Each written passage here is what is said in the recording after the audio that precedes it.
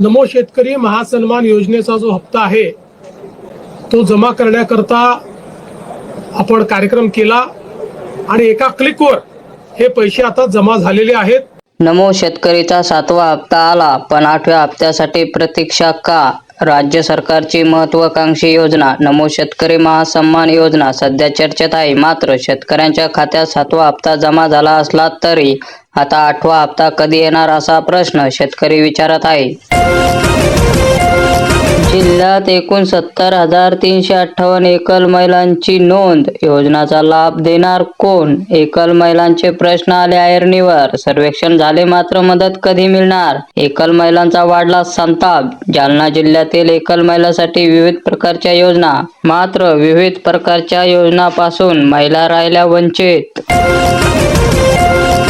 आता सर्वसामान्य जनतेच्या खिशाला बसणार झळ. खाद्यतेलाला महागाईचा तडका. शेंगदाणा 230 रुपये तर करडी 390 रुपये किलोवर. गृहिणीचे बजेट कोसळणार. जालना शहरात खाद्यतेलाच्या किमतींना उधाण आले असून 4 महिन्यामध्ये शेंगदाणा तेल सर्वाधिक वाढले आहे. आंतरराष्ट्रीय बाजारातील घडामोडीमुळे वाढले दर.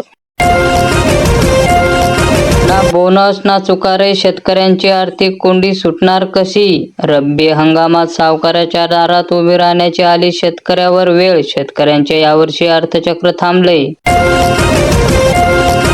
सरकारी जमिनीवर असणाऱ्यांना आता मिळाला मोठा दिलासा. सरकारी जमिनीवरची घरे नियमित होणार. दंडातही सवलत मिळणार. 2011 पर्यंतची सर्वात अतिक्रमणे नियमित होणार असून घरांचे छत आता सुरक्षित होणार आहे. कापूस विकला. सोयाबीनच्या दरात झाली वाढ. बळीराजा मात्र झाला कंगाल. आता विक्रीसाठी शेतकऱ्यांकडे शेतीमालच नाही. दरवाढीचा फायदा नेमका होणार कोणाला? आर्थिक अडचणीमुळे शेतकऱ्यांनी सुरुवातीलाच विकला माल. मराठवाड्यात 129 शेतकऱ्यांनी मृत्यूला कवटाळले. बीडला सर्वाधिक झाल्या आत्महत्या. नापिकी कर्जबाजारीपणाने आत्महत्या वाढल्याचं कारण आलं समोर. शेती क्षेत्रासाठी भरीव मदतीची अपेक्षा. कर्जमुक्तीसह विविध योजनांसाठी केंद्राकडून मदत गरजेची. कृषी तज्ज्ञांनी व्यक्त केले मत. अपघात रोखण्यासाठी AI करणार आता चालकांना सतर्क. पहिल्या टप्प्यात 5 स्पॉट. RTOने पाठवला मान्यतेसाठी प्रस्ताव. जिल्ह्यात 12 अपघात प्रवण क्षेत्राची झाली नोंद. सोयाबीनच्या बाजारभावाची 6,000कडे वाटचाल.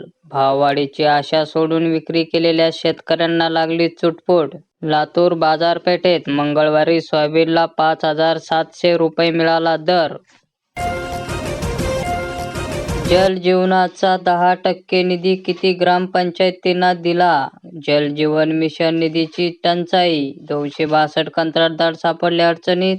241 कोटीपेक्षा अधिक कामे आली केवळ 30 कोटीवर. बाजारात मागणी वाढल्याने मिरचीला मिळाला विक्रमी दर. आंध्र प्रदेशमधील शेतकऱ्यांना मिळाला मोठा दिलासा. त्यामुळे शेतकऱ्यांमध्ये आनंदाचं वातावरण. हमी भावाने हरभरा खरेदीला मंजुरी. 1 लाख टनाचे उद्दिष्टे. महाराष्ट्रातही तातडीने खरेदीची गरज. हरभऱ्याला प्रति क्विंटल 4,900 ते 5,200 रुपयांचा मिळतोय दर. तुरीचे दर 9,000चा टप्पा गाठणार. आंतरराष्ट्रीय बाजाराच्या अभ्यासकांचा अंदाज.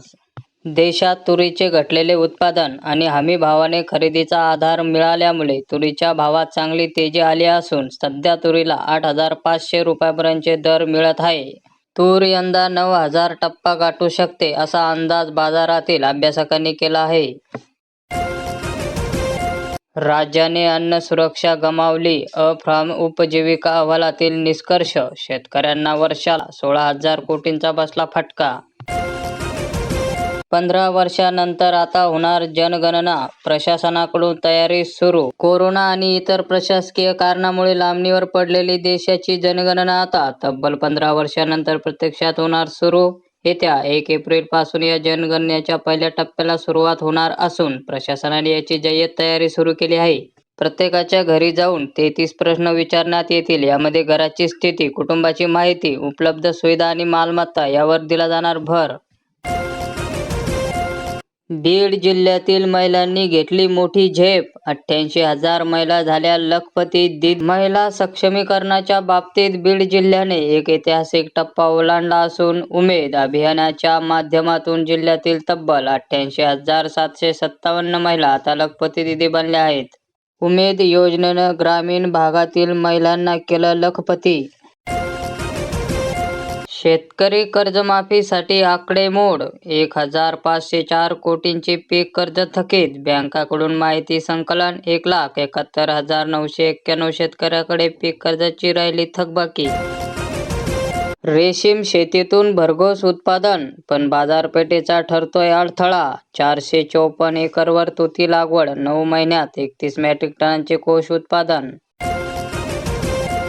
KYC चुकलेल्या बहिणींना दिलासा. अंगणवाडीताई करणार प्रत्यक्ष पडताळणी. मुख्यमंत्री माझी लाडकी बहीण योजनेचा लाभ मिळवताना ज्या महिलांच्या अर्जात तांत्रिक चुका झाल्या होत्या किंवा ज्यांचे KYC अपडेट रखडले होते, अशा महिलांना शासनाकडून मिळाला मोठा दिलासा.